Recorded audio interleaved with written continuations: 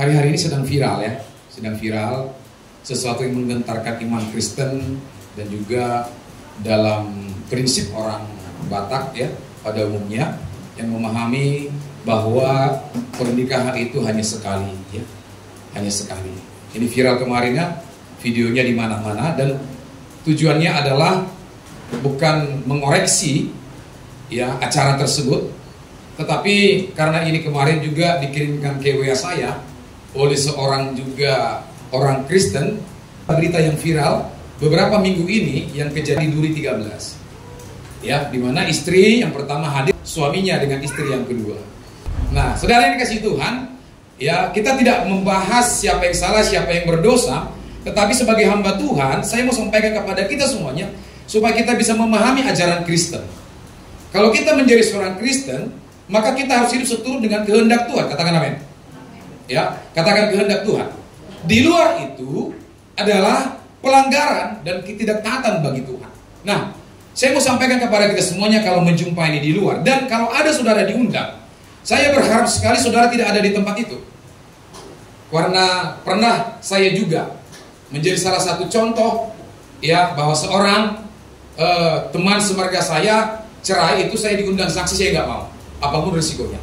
Nah, kalau ada seperti ini teman-teman semuanya, saudara jangan ada di tempat itu menjadi witness atau saksi yang saudara juga nanti sebagai anak Tuhan harus saudara pertanggungjawabkan kalau ada saudara di situ tidak melarangnya. Amin. Nah, pertama sekali mau saya sampaikan, pernikahan itu adalah rencana awal dari Allah. Dia ciptakan Adam dan dia ambil tulang rusuk Adam, dijadikannya dia perempuan. Dalam Kejadian 2:24 dijadikan dia Hawa dan menjadi penolong bagi siapa? Bagi Adam. Amin. Itu rencana awal Bapa, rencana awal Allah membangun sebuah keluarga dengan satu suami dan satu istri. Ya, sekali lagi saya katakan, ini prinsip dasar kekristenan yang harus kita pegang kuat. Ya, saya tidak tahu kemarin dia diberkati di gereja mana, saya tidak tahu. Saya tidak mengurus itu. Tetapi prinsip dasar kebenaran firman Allah yang pertama ini, bahwa rencana awal Allah adalah satu suami, satu istri. Sebab itu seorang laki-laki akan meninggalkan ayahnya dan ibunya dan bersatu dengan istrinya sehingga keduanya menjadi satu daging. Kejadian 2 ayat 24. Amin. Ya, jadi 1+1. Gak ada 1+2 ya, atau 2+1. Amin Bapak Ibu. Nah, yang kedua, kita kembali kepada perjanjian baru. Ajaran Yesus dalam Matius 19 ayat 4-6 dijelaskan, tidakkah kamu baca bahwa Ia yang menciptakan manusia sejak semula, menjadikan mereka laki-laki dan perempuan, dan selanjutnya demikianlah mereka bukan lagi dua, melainkan satu. Karena itu ditegaskan oleh Yesus, apa yang telah dipersatukan oleh Allah, garis bawahi, apa yang dipersatukan oleh Allah tidak boleh diceraikan manusia. Ya, jadi kalau ada penambahan istri, Alkitab punya prinsip, kita bukan poligami, tapi monogami.